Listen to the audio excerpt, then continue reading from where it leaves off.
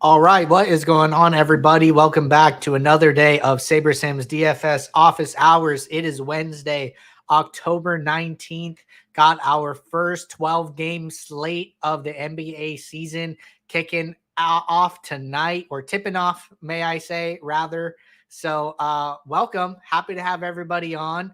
And I hope that you were able to catch the stream earlier this morning between Jordan and Max. I caught it myself. It was a really awesome stream, long stream, a lot of questions, a lot of viewers tuning in, everybody tuning in to hear Max and Jordan for that matter. So if you didn't get a chance to catch it, I would highly recommend checking it out. It's going to be really insightful if you haven't watched it yet. I know I got a lot out of it. I know other people that I've seen in the Discord really liked it as well. So go and check that out after this stream ends. But for those of you who are new here, this is a show where we talk about how to use the SaberSim app to the best of its abilities, talk DFS strategy, talk any and all DFS related topics. So we're going to get it kicked off today with questions that came in the office hours channel in Discord. If you're not a member of our Discord, there is a link below to get joined up there. And after that, we will jump over to YouTube chat. So we're going to be kicking off the stream right now. I'm going to pull up SaberSim here and going to bring in this first question. So this question is from Chandre. And the question is, can you please update the injury status of players throughout the day on the optimizer? Also, we need to add the injury news. Okay, so a couple ways to talk about this one. So if you come over here to the status column, we should have questionable players such as Jalen Smith. If like somebody gets ruled out, there will be an O here. And let me just see if I can find somebody. Okay, O's. So you'll see O's for out. If somebody gets ruled out, a sim will run or it will get updated. We will go in and make sure that the player is marked out as soon as possible. We have probable, questionable. So these should update. I know we were having some issues yesterday with the lineups being confirmed. Not sure if what you were seeing was related to that. I can tell you that that specific issue was fixed in the night game. So today, as the lineups get released, you should see the green check marks appear next to the teams and next to the individual players. Questionables, probables, out statuses should also be reflected there. So wanted to bring that up.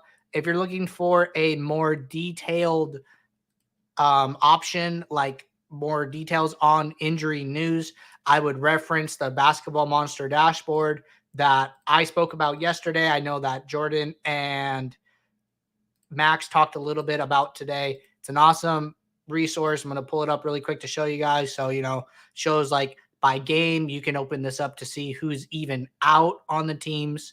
But this just shows like pending news. When these players get confirmed, that gets updated here. And then this is just a running list of all the news that's come out. So like as these games, as the Washington Pacer game gets closer, these players will get updated. It'll go into this list. You'll be able to see how their status change. And then if it's like a big deal, they'll put like high level monster, things like that. So you can check that out. Awesome resource.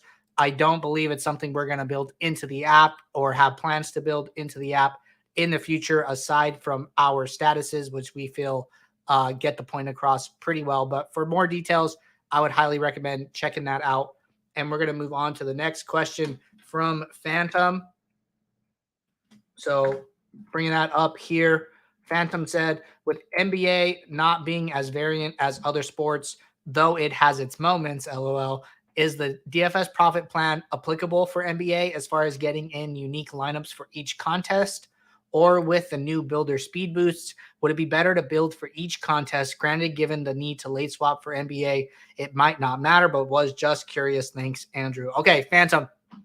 Excuse me. Happy to talk about this here. I think that you make like some really good points. So, we did push out the builder speed updates, can build lineups really, really fast, like 1,500 lineups under 10 seconds. I'm pretty sure about that. I was talking to Matt about it earlier on Twitter, going back and forth there. But as far as like building for individual contests, so this is what I think is that if you've played NBA DFS before, that news comes out really, really late, like sometimes within minutes of a game starting. I think it's going to be challenging at best to be able to build, like, if you have a single entry, a 3 max, a 20 max, and 150 max. I think it's almost going to be like challenging / near impossible at times to build 4 different builds, get those filled, and then get those uploaded. So like I would caution from doing that. I think that continuing to treat your contests as diversifiers, which are like your 20 max and 150 max, and then elevators, your single entry and 3 max, is a good starting point. Like if you can get 2 builds in, and like some of it also depends on like how many sites you're playing too. So like those factors come into play. I think if you can separate into 2 and maintain the diversifier elevators, and barring you have enough time, use that to fill your entries, I think that's a great starting point. I think that if you happen to have the time and you take it on like a slate by slate basis and say, hey, I'm going to build as many builds as time permits. So like maybe all the lineups are out before lock on one day, and you're like, cool, I have time to run 4 builds. And another day it's like not as great of a situation, you can only run 2, and then sometimes like really, really late and you got to build all together. I think it's okay to like go into that type of mode, like slate by slate mode. This is like best case, this is like plan B, and then this is plan C. I think that's like totally feasible. It gets like a little weirder as you start going across multiple sites. If you're playing DraftKings, FanDuel, and Yahoo, it gets like pretty crazy. Listening to the stream earlier, I know Max talked about this regarding late swaps specifically, that if he is like playing, has one build for all of his like higher stake stuff and then one build for all of his large field stuff, that sometimes you have to sacrifice. And what he talked about was trying to find a happy medium with the sliders to just kind of meet in the middle. And I think like you're going to be put in those tough situations throughout the season, and that's probably the best way to handle it, is to just find a happy medium, roll with it, know that the builder is like building you really strong lineups. So I think that's how I would handle it, and probably the approach I'm going to take into the season. I'm probably not going to build 4 different builds per site, but you can if time permits. So those are my thoughts there. Let me know if you have any questions. And going to move on to this next question from Billy. And Billy said, I noticed last night when I was late swapping, there's no option for uniques. If I run a multiple lineup build before lock with 3 uniques and news breaks before the 7 p.m. game and I late swap, I could lose those uniques, correct? Would the advantage of late swapping override the diversity of the uniques? Any clarification would be great. Thanks, Andrew. Okay.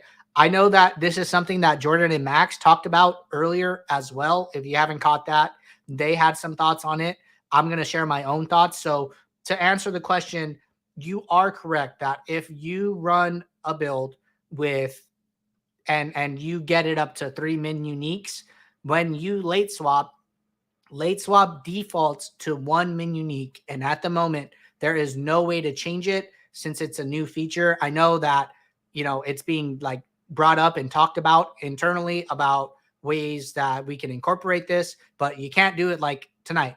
So that being said, yes, there is like a bit of a trade-off there. But, as Jordan kind of said earlier, the nice thing is that each lineup, when you late swap, is being rebuilt once, as opposed to all of the lineups being built and then ranked by Saber score, where some of the similar constructions can get pushed to the top of your lineup pool. So you don't like, you kind of you lose that step of the lineups being sorted because the lineups are only being rebuilt once. So you kind of maintain some of that natural diversity that you're getting with the min uniques feature. So I don't think it's like make it or break it point for like, oh, if I'm using min uniques, then I shouldn't late swap because I'm losing so much of the diversity I was getting. I don't think that's the case.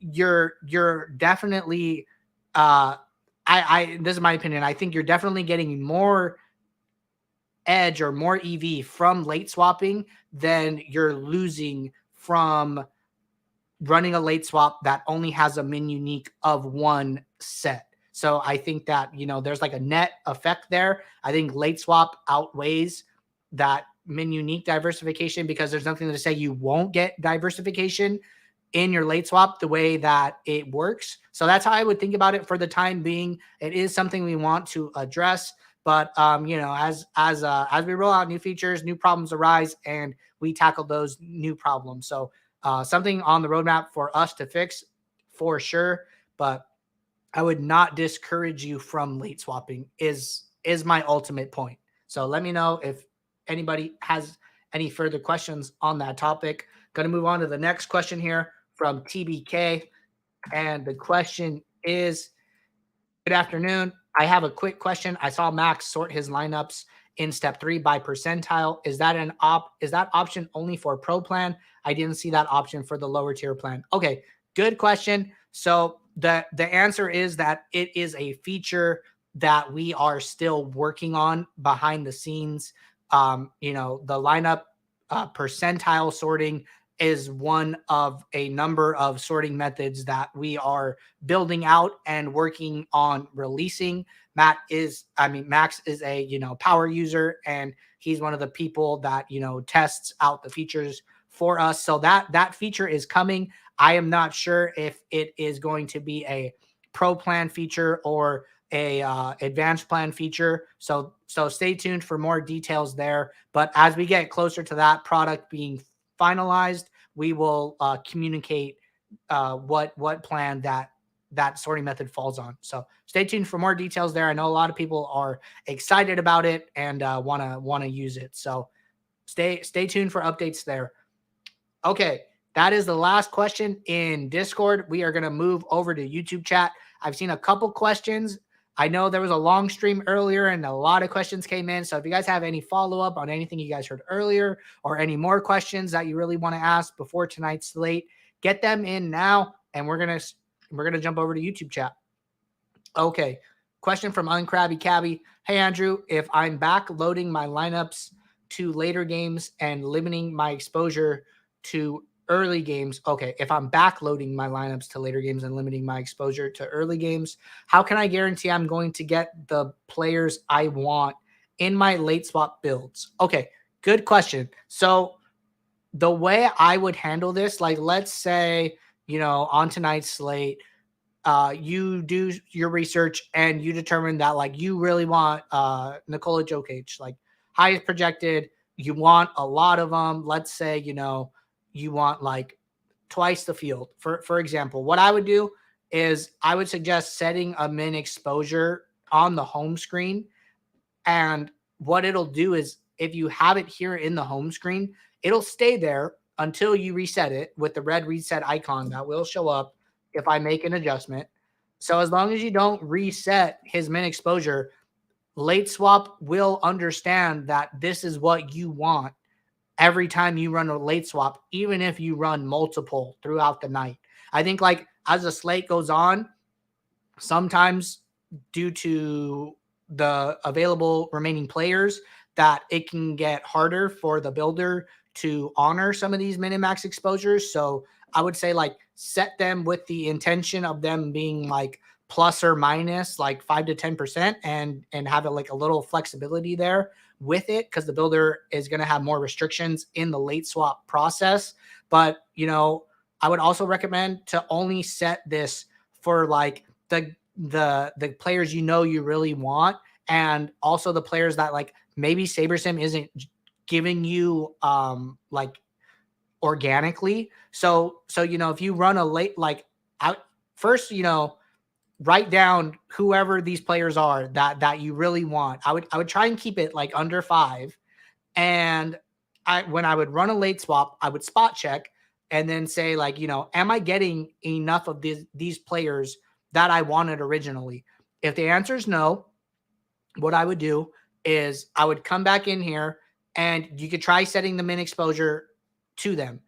If that is not getting you what you want, what I would suggest is coming in and increasing their projection to kind of tell the builder, like, hey, I think this person's going to have a little better game.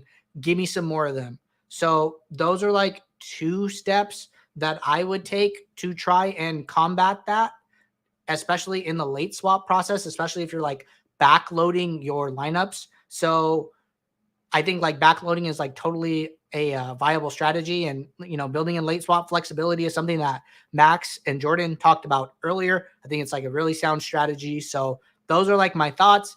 Give that a shot. We can see that like some of the projections just updated, some of the ownership just updated as well. So let me know if you have any follow up there on Krabby Cabby, but I would give those methods a shot. Okay, question here from Cameron. Do you think I should be late swapping before the start of each set of games? Thank you for your help. Okay, Cameron. So I think that, I heard Max talk about this earlier today. Max and Jordan got a question related to this. And Max said, what you could do is like watch news and kind of determine if certain news is like worthy of late swapping. That could be a little intuitive. And so like it might be hard to tell like whether some news is like more impactful than others. So what I would suggest is that if you're not as familiar with those things, just continue to late swap every time a sim runs. I think that this is like my opinion on the subject, is that, if you're kind of like create the habit of like always checking and late swapping before each slate, that you're less likely to forget to do it. So that's like one thing that comes into play. It's like if you do it sometimes and not other times, maybe you'll like miss something or you forget. So that's something that always worries me. But if you think that you can judge the news and you want to like watch the Basketball Monster dashboard or keep an eye on like Underdog or Twitter or like places where news comes out, I think it's like totally okay to only late swap sometimes.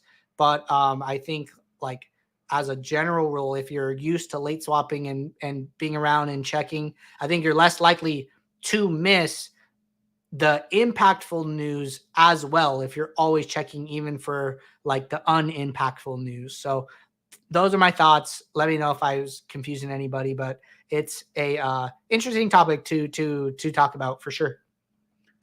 Okay, moving back to Discord, see a couple questions coming in here. Happy to get to them. See a question from Rogue3 here.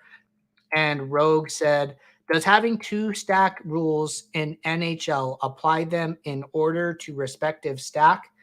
Okay, Rogue, I know what you're talking about. I do not think it does that.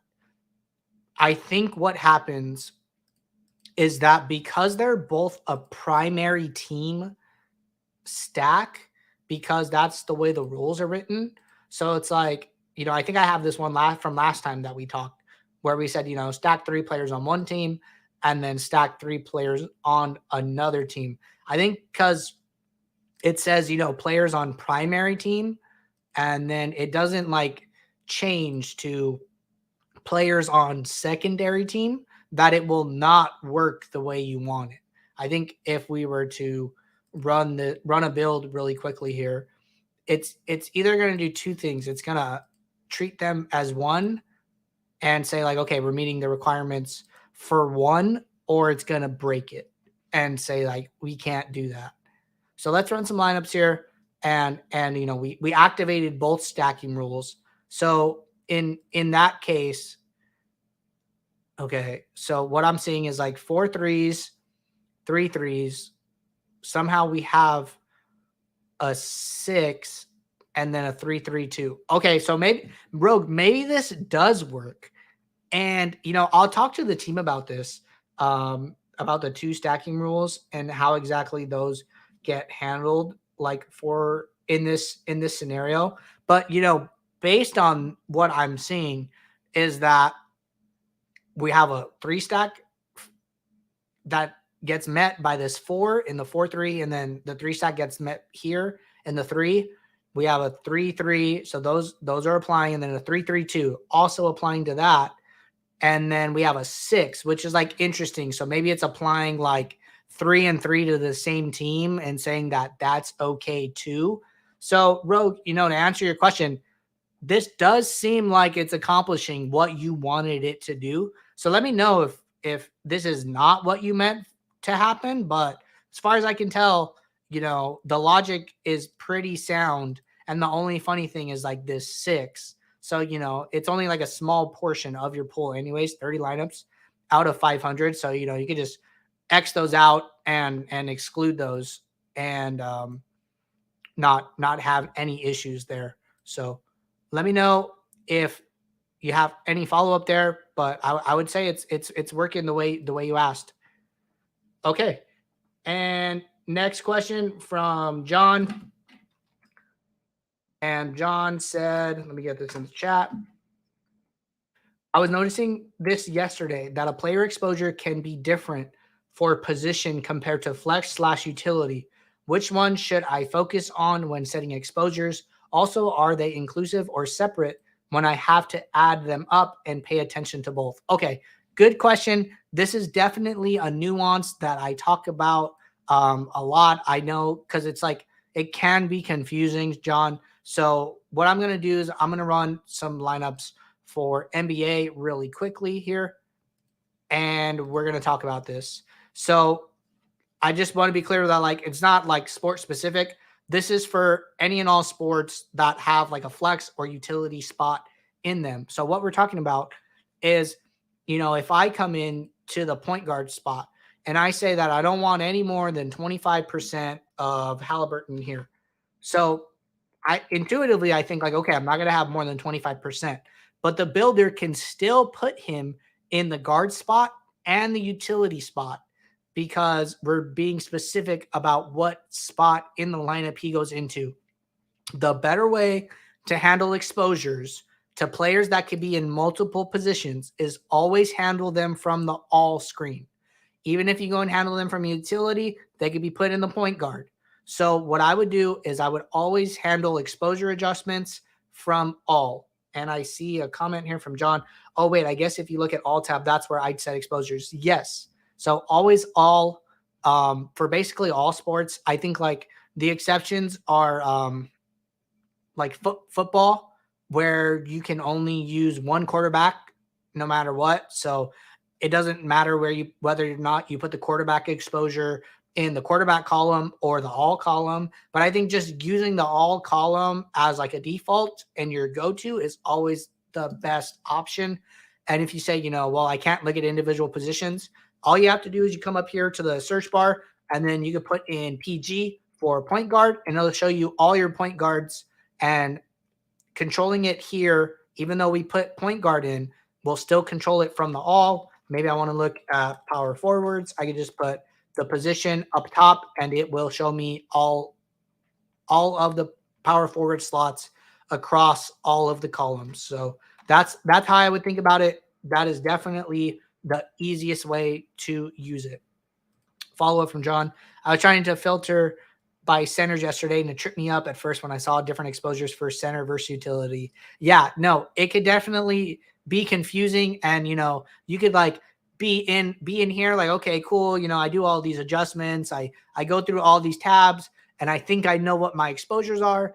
And then only to come back to all to find out that SaberSim just jammed those players into the guard forward and utility spot. Just the worst feeling, and all your work wasted. Got to start over. So save yourself some time, save yourself some headache, and use the all tab. So best advice there. But that being said, everybody, I'm not seeing any more questions come in. I know I already gave a shout out about the questions. Glad we got a couple extra in the queue. Thank you, Rogue. Thank you, John, for keeping the stream going. But I know we had a long stream this morning. If you got some extra time and you haven't seen the stream from this morning, check it out ahead of tonight's slate. Should be really insightful. A lot of great conversations between Jordan and Max there. So if anybody is having any issues, reach out in the Discord channel. The team is always around heading up toward lock to help out where we can. And that being said, if you're not a member of SaberSim, what are you doing? Click the link. Start your 7-day, no strings attached free trial right now before tonight kicks off. And I wish everybody luck. We'll be right back tomorrow. Till then, I'll see you.